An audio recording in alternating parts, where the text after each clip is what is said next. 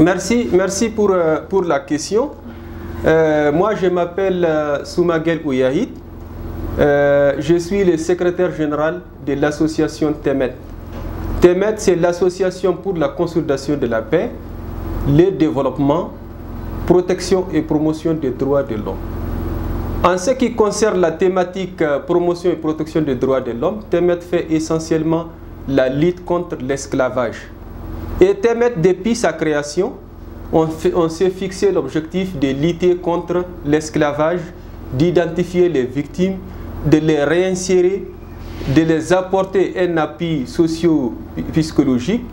Et nous avons un autre challenge, c'est de vraiment pousser les autorités à adopter une loi de lutte contre l'esclavage et les pratiques analogues au Mali. Et c'est ça que nous sommes en train de faire depuis sa création de 2006 à nos jours. Merci pour cette seconde question.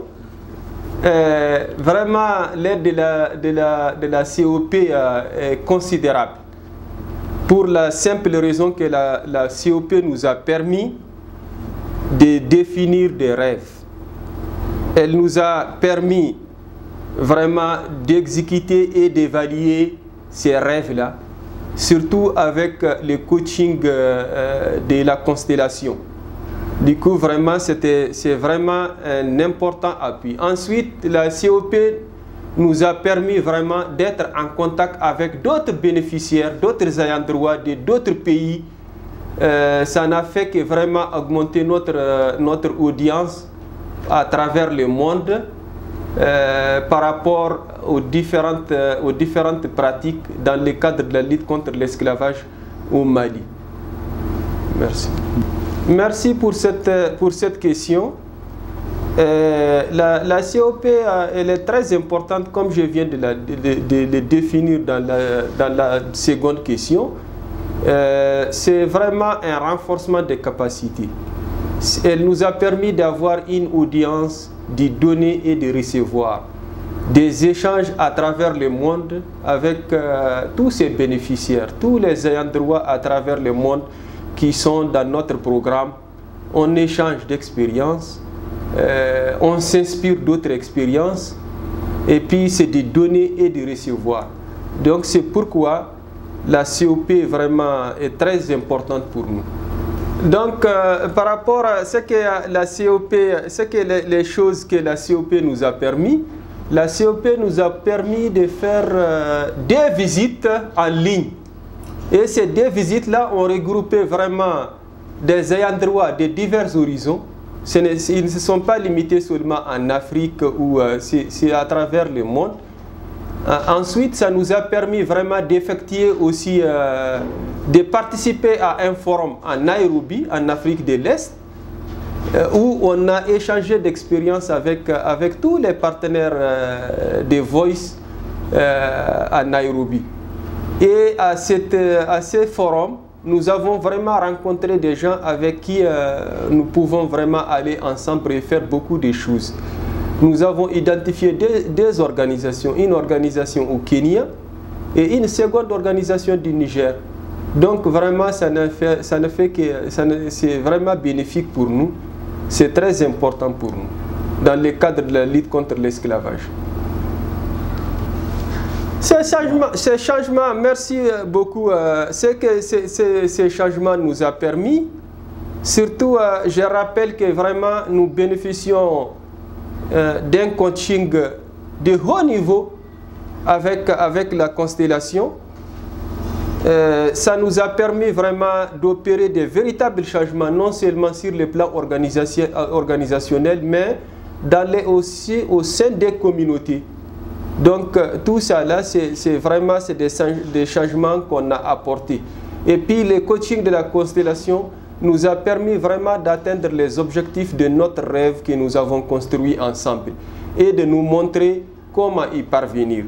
Donc du coup, vraiment, c'est vraiment un changement. Nous avons beaucoup changé des choses dans notre façon de faire. Donc du coup, vraiment, on a opéré vraiment un véritable changement, non seulement sur le plan organisationnel, mais aussi sur le plan communautaire où il y a nos ayants droit. Merci. L'histoire des changements que nous avons des ayants droit. Nous avons un autre qui s'appelle du nom de Hamé Koulibaly, qui est dans le cercle de Djema, et c'est dans la commune de Gourmerera, qui a été vraiment dépossédé de toutes ces terres de culture. Et depuis 2018, nous sommes en train de les coacher pour parvenir. Au jour d'aujourd'hui, le changement qui s'est opéré à ce niveau, c'est que c'est le seul service d'avocat dont il a besoin. Sinon, tout ce qui est juridique, ils le comprennent. Il saisit les autorités, il trouve des ordonnances, il trouve des grosses.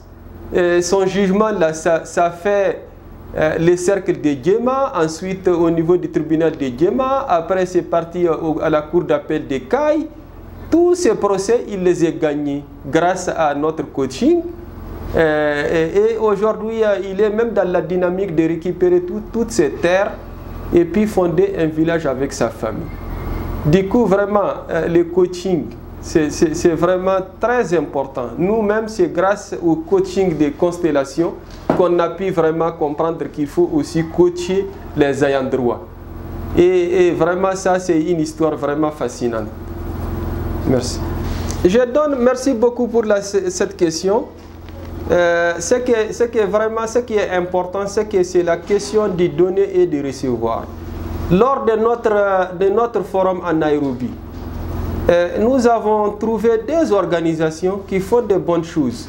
La première organisation, elle est du Kenya, qui fait la réinsertion socio-économique des victimes. Ils les forment, ensuite les donnent du travail, les faire des formations vraiment qualifiantes qui permet à la personne d'être autonome. Cette expérience, c'est une expérience que nous souhaitons vraiment dupliquer ici au Mali pour nos ayants droit. Ensuite, il y a une organisation du Niger qui s'appelle Tournons la page, qui véhicule des messages à travers des slams. Donc cette expérience de changer le monde à travers des slams, c'est une expérience vraiment à dupliquer dans notre cas pour lutter contre l'esclavage. Et les victimes aussi, l'autre expérience de réinsertion socio-économique, nous allons vraiment nous inspirer de cette expérience pour réinsérer davantage. Malgré qu'on a une grande expérience en matière de réinsertion socio-économique, nous allons dupliquer aussi cette expérience pour être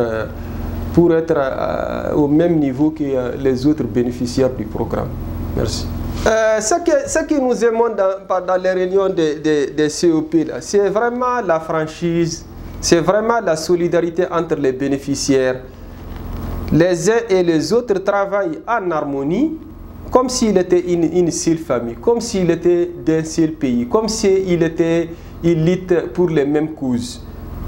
Donc vraiment ça, nous l'apprécions, je l'apprécie beaucoup. Ensuite, j'apprécie aussi la découverte des expériences. Découvrir ce que l'autre fait, même s'il est dans un autre continent. Et découvrir de moi-même autre chose. Vraiment ça, c'est beaucoup de choses que j'ai beaucoup appréciées. Ensuite, le déroulement même de la COP, vraiment c'est un déroulement de haut niveau. Où les pays, où les bénéficiaires de divers horizons se concertent, ils échangent d'expériences. Cet échange d'expériences, vraiment, je l'apprécie à plus d'un titre. Merci. Pour moi, personnellement, l'expérience que j'ai attirée là-dedans, pour le moment, il faut vraiment multiplier les rencontres en présentiel qui renforcent les relations et les connaissances. Pas du tout, car tout est bon à présent. Vraiment, tout est bon. La façon dont les COP, là, personnellement, vraiment, ça m'enchante.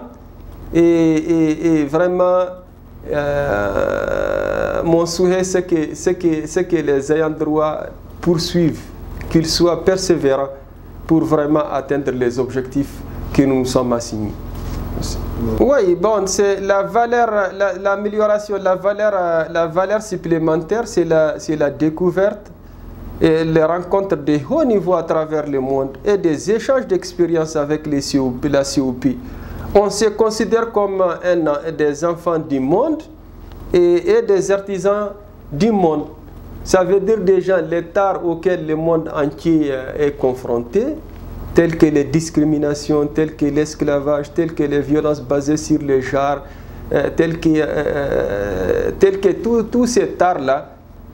On se retrouve, malgré notre différence, nous sommes toujours ensemble pour vraiment chercher le meilleur pour le monde. Donc, je ne fais que remercier la COPO, les COP pour vraiment persévérer comme ça. Vraiment, un jour, nous allons arriver à bout de cet art. La valeur ajoutée ou la valeur supplémentaire, c'est que